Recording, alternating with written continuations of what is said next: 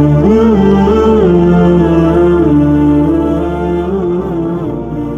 اللہ الرحمن الرحیم۔ سوید رضی اللہ تعالیٰ عنہ بن صامت یہ شاعر تھے، گہری سوچ بوجھ کے حامل اور یثرب کے باشندے۔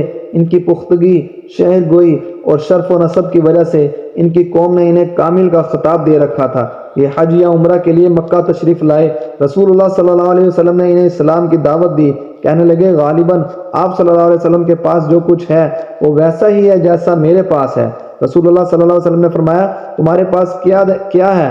سوید نے کہا، حکمت لقمان۔ آپ صلی اللہ علیہ وسلم نے فرمایا، پیش کرو۔ انہوں نے پیش کیا۔ آپ صلی اللہ علیہ وسلم نے فرمایا، یہ کلام یقیناً اچھا ہے، لیکن میرے پاس جو کچھ ہے وہ اس سے بھی اچھا ہے، اور وہ قرآن ہے جو اللہ تعالیٰ نے مجھ پر نازل کیا ہے، وہ ہدایت اور نور ہے۔ اس کے بعد رسول اللہ صلی اللہ علیہ وسلم نے انہیں قرآن پڑھ کر سنایا اور اسلام کی دعوت دی۔ انہوں نے اسلام قبول کر لیا اور بولے، یہ تو بہت ہی اچھا کلام ہے۔ اس کے بعد وہ مدینہ پلٹ کر آئے ہی تھے کہ جنگ بعث چھڑ گئی اور اس میں قتل کر دیے گئے۔ انہوں نے 11 ہجری نبوی کے آغاز میں اسلام قبول کیا تھا۔ ایاس بن معاذ یہ بھی یثرب کے باشندے تھے اور نوخیز جوان۔ 11 ہجری نبوت میں جنگ بعث کے کچھ پہلے اوس کا ایک وفد خزرج کے خلاف قریش سے حلف و تعاون کے تلاش میں مکہ آیا تھا۔ آپ بھی اس کے ہمراہ تشریف لائے تھے۔ اس وقت یثرب میں ان دونوں قبیلوں کے درمیان عداوت کی آگ بھڑک رہی تھی اور اوس کی تعداد خزرج سے کم تھی۔ رسول اللہ صلی اللہ علیہ وسلم کو وفد کی آمد کا علم ہوا تو آپ صلی اللہ علیہ وسلم نے ان کے پاس تشریف لے گئے اور ان کے درمیان بیٹھ کر یوں خطاب فرمایا، آپ لوگ جس مقصد کے لیے تشریف لائے ہیں کیا اس سے بہتر چیز قبول کر سکتے ہیں؟ ان سب نے کہا، وہ کیا چیز ہے؟ آپ صلی اللہ علیہ وسلم نے فرمایا، میں اللہ کا رسول ہوں۔ اللہ نے مجھے اپنے بندوں کے پاس اس بات کی دعوت دے کر بھیجا ہے کہ اللہ کی عبادت کریں اور اس کے ساتھ کسی کو شریک نہ کریں۔ اللہ نے مجھ پر کتاب بھی اتاری ہے۔ پھر آپ صلی اللہ علیہ وسلم نے اسلام کا ذکر کیا اور قرآن کی تلاوت فرمائی۔ ایاس بن معاذ بولے، اے قوم، یہ خدا کی قسم اس سے بہتر ہے جس کے لیے آپ لوگ یہاں تشریف لائے ہیں۔ لیکن وفد کے ایک رکن ابو الحسیر انس بن رافع نے ایک مٹھی مٹی اٹھا کر ایاس کے منہ پر دے ماری اور بولا، یہ بات چھوڑو، میری عمر کی قسم، یہاں ہم اس کے بجائے دوسرے ہی مقصد سے آئے ہیں۔ ایاس نے خاموشی اختیار کر لی اور رسول اللہ صلی اللہ علیہ وسلم بھی اٹھ گئے۔ وفد قریش کے ساتھ حلف و تعاون کا معاہدہ کرنے میں کامیاب نہ ہو سکا اور یوں ہی ناکام مدینہ واپس ہو گیا۔ مدینہ پلٹنے کے تھوڑے ہی دن بعد ایاس انتقال کر گئے۔ وہ اپنے وفات کے وقت تحلیل و تکبیر اور حمد و تسبیح کر رہے تھے، اس لیے لوگوں کو یقین ہے کہ ان کی وفات اسلام پر ہوئی۔ ضماد ازدی رضی اللہ تعالیٰ عنہ یہ یمن کے باشندے اور قبیلہ ازد شنود کے ایک فرد تھے۔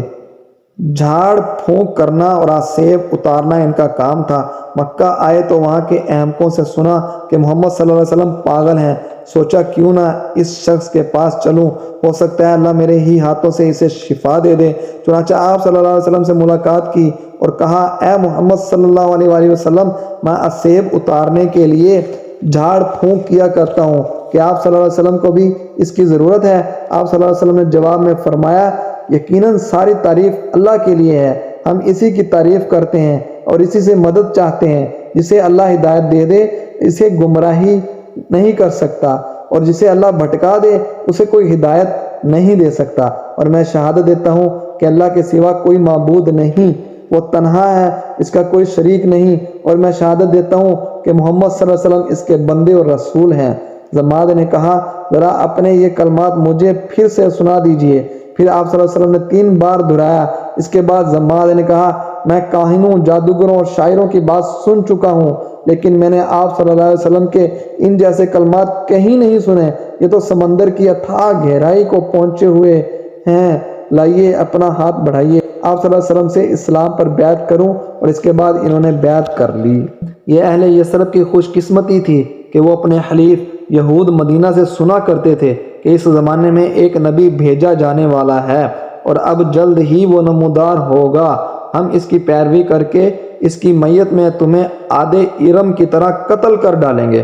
رسول اللہ صلی اللہ علیہ وسلم نے ان کے پاس پہنچ کر دریافت کیا کہ آپ کون لوگ ہیں؟ انہوں نے کہا، ہم قبیلہ خزرج سے تعلق رکھتے ہیں۔ آپ صلی اللہ علیہ وسلم نے فرمایا، یعنی یہود کے حلیف؟ بولے ہاں۔ فرمایا، پھر کیوں نہ آپ حضرات بیٹھیں، کچھ بات چیت کی جائے۔ وہ لوگ بیٹھ گئے۔ آپ صلی اللہ علیہ وسلم نے ان کے سامنے اسلام کی حقیقت بیان فرمائی، انہیں اللہ عز و جل کی طرف دعوت دی اور قرآن کی تلاوت فرمائی۔ انہوں نے آپس میں ایک دوسرے سے کہا، بھائی دیکھو یہ تو وہی نبی معلوم ہوتے ہیں جن کا حوالہ دے کر یہود تمہیں دھمکیاں دیا کرتے ہیں، لہذا یہود تم پر سبقت نہ لے جانے پائیں۔ اس کے بعد انہوں نے فوراً آپ صلی اللہ علیہ وسلم کی دعوت قبول کر لی اور مسلمان ہو گئے۔ یہ یثرب کے اقل الرجال تھے۔ اس کے بعد جب یہ لوگ مدینہ واپس ہوئے تو اپنے ساتھ اسلام کا پیغام بھی لے گئے، چنانچہ وہاں گھر گھر رسول اللہ صلی اللہ علیہ وآلہ وسلم کا چرچا پھیل گیا۔ اور اس کے ساتھ ہی ہم اپنی ویڈیو کے اختتام پر آپ سے التماس کرتے ہیں کہ ہمارے چینل کو سبسکرائب کر دیں اور بیل آئیکن کو پریس کر دیں تاکہ میری اگلی آنے والی ویڈیو کا بھی نوٹیفیکیشن آپ تک پہنچ جائے، اور میرے چینل کو زیادہ سے زیادہ ثواب کی نیت سے شیئر کیجیے۔